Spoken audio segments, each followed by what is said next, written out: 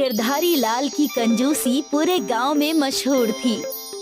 राधा, आज तुम आधा घंटा देरी से आई थी। तुम्हारे 10 घंटे की दिहाड़ी है 100 रुपए, पर तुम आधा घंटा लेट आई थी, इसलिए तुम्हारी दिहाड़ी हुई 95 रुपए। ठीक है। मैं हिसाब किताब में एकदम पक्का हूँ। कल से समय पर आ जाना, समझी? जी मालिक। सेठ गिरधारी लाल दूसरों के साथ ही नहीं बल्कि अपने खुद के परिवार के साथ भी कंजूस था। इस बार मैंने 2 बोरी चावल बोले हैं, आप किराने वाले को पैसे दे देना। अरे बाबा, 2 बोरी चावल? इतने सारे अनाज का हम क्या करेंगे? अरे, इस महीने मेरे दोनों भाई आने वाले हैं। अब वो जवान है, खाना तो खाएंगे ही ना। सत्यानाश! अरे मैं हूँ कि मर मर के पैसे जमा कर रहा हूँ और तुम उसे लुटा रही हो। क्या जरूरत है तुम्हारे दोनों भाइयों को यहाँ आने की? वो उनके कॉलेज की छुट्टी है, कई सालों से मुझसे मिले भी नहीं, तो मैंने बोला कि दोनों आ जाओ। अरे बददिमाग औरत, तू खुद चली जाती ना अपने मायके कुछ दिनों के लिए। ये तो मैंने सोचा ही नहीं। अरे तो सोच, तू मायके जाएगी तो भाइयों के साथ माँ बाप बहनों सभी से मिल लेगी। हाँ, वैसे भी कई सालों से मैं अपने मायके नहीं गई। अरे तो जल्दी जा, सोच क्या रही है? मैं कल ही तेरी टिकट करवाता हूँ। ठीक है। गिरधारी लाल ने 1 बोरी अनाज बचा लिया और वो बहुत खुश था, पर उसे कहाँ पता था कि उसकी पत्नी का मायके जाना उसे इतना ज्यादा महंगा पड़ेगा। शाम को रेणुका बाजार से ढेर सारी शॉपिंग करके लौटी। अरे बाप रे, ये सब क्या है? शॉपिंग है और क्या। पर इतनी सारी? हाँ, अब जब मायके जाऊंगी तो खाली हाथ थोड़ी ना जाऊंगी। आपकी इज्जत का भी तो सवाल है, वरना मेरे मायके वाले कहेंगे कि रेणुका का पति तो कंजूस है, कुछ भी नहीं भेजा। आपको पता है, मैंने फिर भी आपके बहुत पैसे बचा लिए हैं। और वो कैसे? मैंने ये सब सेल में खरीदा है, 50% की छूट पे। हे भगवान, कोई तो इस बेवकूफ को समझा दो। तू चाहे सेल में खरीद या ना खरीद, फिर भी पैसे तो गए हैं ना। हाँ, वो तो है।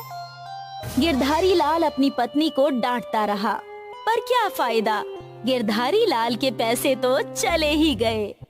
खैर, अगले दिन गिरधारी लाल की पत्नी ट्रेन में बैठकर अपने मायके चली गई। अब कम से कम कुछ दिनों तक मेरे पैसे बचे रहेंगे। कुछ दिनों के लिए गिरधारी लाल बहुत खुश था। उसके घर में राशन भी बहुत कम ही आ रहा था। वो रोज रोज दाल चावल बनाकर खा रहा था। इसे कहते हैं ना पैसों की बचत। वरना रेणुका होती तो ये लाओ वो लाओ, ये सब्जी वो पनीर, बाप रे बाप, कितने पैसे नष्ट हो जाते मेरे। लगभग 1 महीने बाद रेणुका लौट आई और अब गिरधारी लाल के चेहरे पर उदासी छा गई। ये सब सामान लेते हुए आना। हाँ, 5 किलो शक्कर, 4 किलो दाल, 2 किलो घी, 10 लीटर तेल, इतने सारे सामान की जरूरत कैसे नहीं है? अब 2 लोग होंगे तो इतना खाना तो खाएंगे ही ना। अरे तू औरत है या राक्षस है? इतना सारा सामान खाएगी? अब आप जो भी बोल लो, ये सारा सामान तो आपको लाना ही होगा। गिरधारी लाल रेणुका को समझाता रहा कि खर्चा कम कर दे, पर रेणुका कहाँ सुनती। वो अपने पति के कंजूसी से वाकिफ थी। फिर एक दिन रेणुका की तबीयत खराब हो गई। उसे हॉस्पिटल ले जाया गया। मुबारक हो, आपके घर में एक नया मेहमान आने वाला है। अरे मुझे कोई मेहमान नहीं चाहिए। मैं बोल रही हूँ कि आपकी पत्नी गर्भवती है। आपके घर में एक छोटा बच्चा आने वाला है। ये सुनकर गिरधारी लाल खुश हुआ, पर फिर वो पैसों के बारे में सोचने लगा। बच्चा आएगा मतलब खर्चे बढ़ जाएंगे, उसका खाना, उसके कपड़े, उसकी पढ़ाई का खर्च। हे भगवान! गिरधारी लाल के चेहरे पर 12 बज गए थे। ये देखकर उसकी पत्नी समझ गई। जरूर आप पैसों का सोच रहे होंगे, है ना? हाँ हाँ, क्यों ना सोचूं, आखिर पैसे तो मेरे ही जाएंगे ना। हाँ तो क्या हुआ, बेटा भी तो आपका ही है ना। अरे वही तो समस्या है।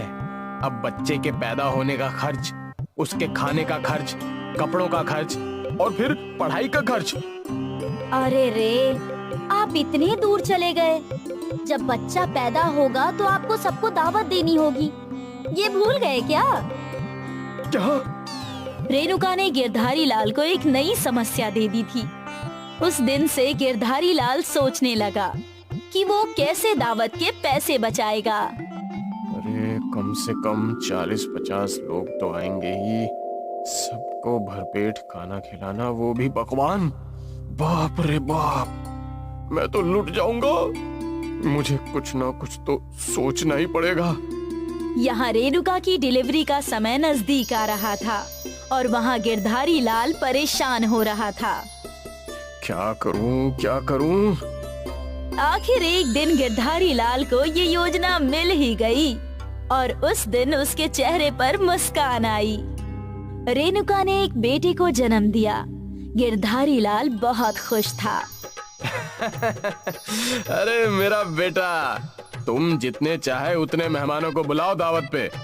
क्या हुआ, आज सूरज पश्चिम से निकला है क्या? अरे वो तो पता नहीं, लेकिन आज मुझे बेटा हुआ है। इस खुशी में रेणुका ने अपने सारे परिचितों और रिश्तेदारों को न्योता दिया। वो कब से सबको दावत पर बुलाना चाहती थी, पर गिरधारी लाल की कंजूसी की वजह से वो कर नहीं पा रही थी। दावत वाली रात को गिरधारी लाल के घर में मेहमानों की भीड़ लगी थी।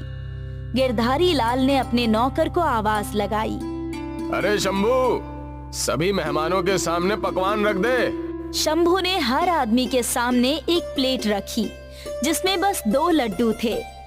बस 2 लड्डू देखकर लोग हैरान रह गए। अरे ये क्या, बस 2 लड्डू?